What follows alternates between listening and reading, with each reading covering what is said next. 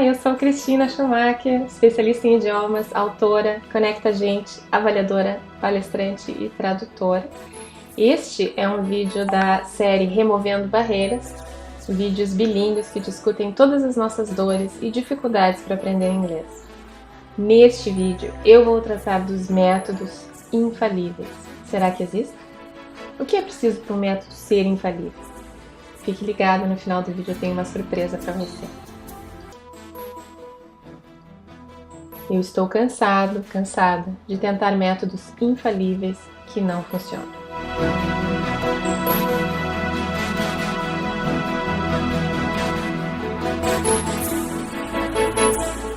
Well, so am I.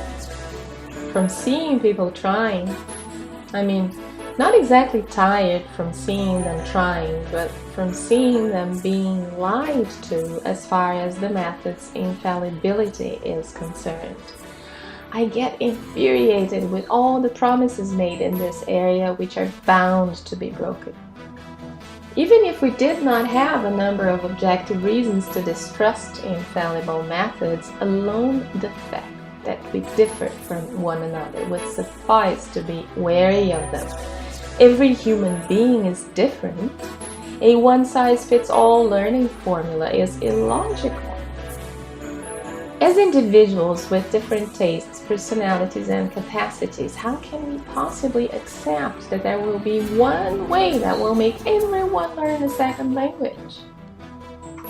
With that said, which should be enough to clarify how mistaken this infallibility approach is, we can turn to something that is technically called variation.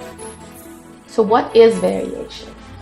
If you check this entry in the Wikipedia, it will tell you. Variation is a characteristic of language.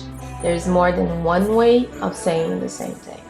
Speakers may vary pronunciation, accent, word choice, lexicon, or morphology and syntax, sometimes called grammar. I'm bringing up the notion of variation to make it clear, really clear, that just as language varies, so do we. Learners change, and so do the ways to learn.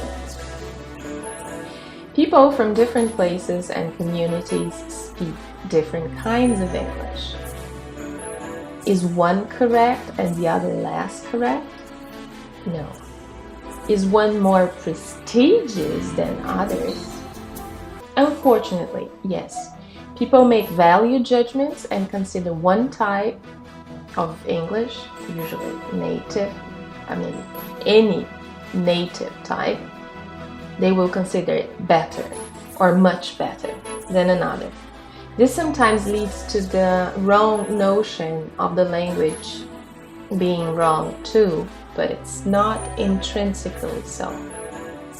So back to the methods. How to choose the right one. The first thing that must be considered is, what is our mother tongue? In our case, Portuguese, there must be special focus on pronunciation aspects, for instance.